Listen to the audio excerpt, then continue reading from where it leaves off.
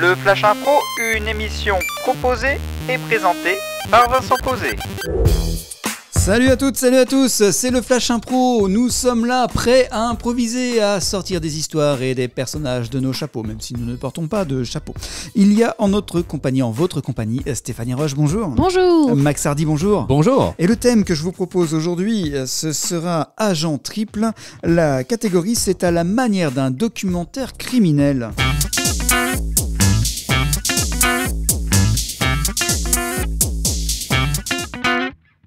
Un documentaire criminel, façon émission un peu de récit criminel, c'est la catégorie du Flash Impro. Le thème, c'est Agent Triple, c'est le Flash Impro pour aujourd'hui.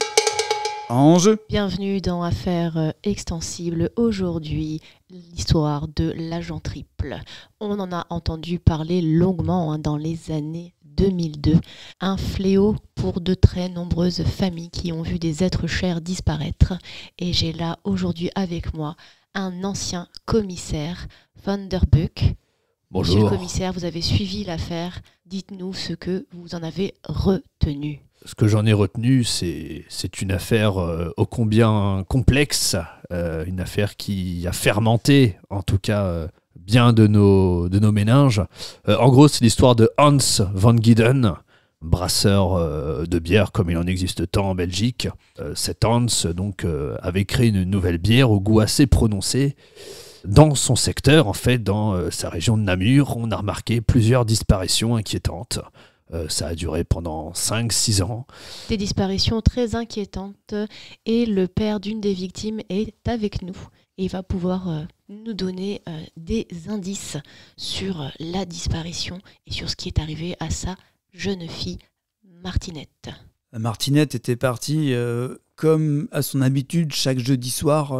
Elle était étudiante et elle est partie avec ses amis pour aller boire une bière dans une brasserie. Et à la sortie de la brasserie, ses amis sont partis, sont retournés et n'ont pas retrouvé Martinette. Elle a disparu comme ça, on a cherché fort longtemps. Malheureusement, on ne l'a jamais retrouvée. Elle avait un bijou de famille. Elle avait un pendentif autour du cou. Avec un ourson. Et c'est là, monsieur le commissaire, que 18 mois après la disparition de Martinette et de bien d'autres personnes, on retrouve un jour l'ourson. Et oui, on le retrouve bien au niveau de la brasserie de notre assassin. Présumé à ce moment-là. Présumé évidemment à ce moment-là. Vous voyez, par exemple, je vais vous raconter, alors ça paraît assez rocambolesque, mais j'étais en train de prendre une bière avec les collègues et en allant dehors, je m'en vais du côté de l'arrière-boutique me griller une cigarette. Et là, qu'est-ce que je vois à ma grande surprise qui traînait à côté du camion de livraison?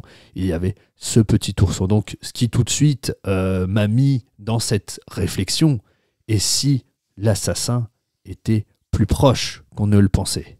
Et c'est là que vous avez entamé des poursuites. Nous avons fait des filatures pendant 18 mois aussi, jusqu'à remonter en tout cas à notre assassin toujours présumé, évidemment, à ce moment-là de l'affaire. Si je peux me permettre, Martinette avait un parfum, elle portait un parfum, et c'est vrai que des amis à elle ont pris une bière de cette marque, et ont retrouvé le parfum de Martinette en ouvrant la bière, ce qui a permis, on l'a signalé tout de suite à monsieur le commissaire, que je remercie pour sa célérité.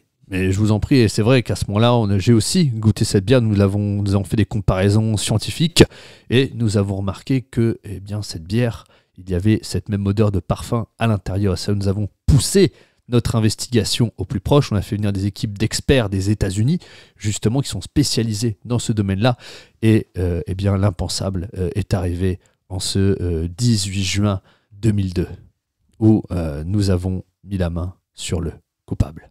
Le moment fatidique où enfin tous les indices concordent. Une petite odeur, juste un peu de nez. Nous retrouverons la suite de ces péripéties en seconde partie. Pour l'instant, laissons-nous bercer par Frödens Klutz, groupe suédois. Ouais, j'étais perturbée. Eh bien, merci pour ce Flash Impro. Il y avait en notre compagnie Stéphanie Roche, merci. De rien. Max Hardy, merci. De rien. Et on se retrouve demain pour la suite et la fin du Flash Impro pour cette semaine. À demain.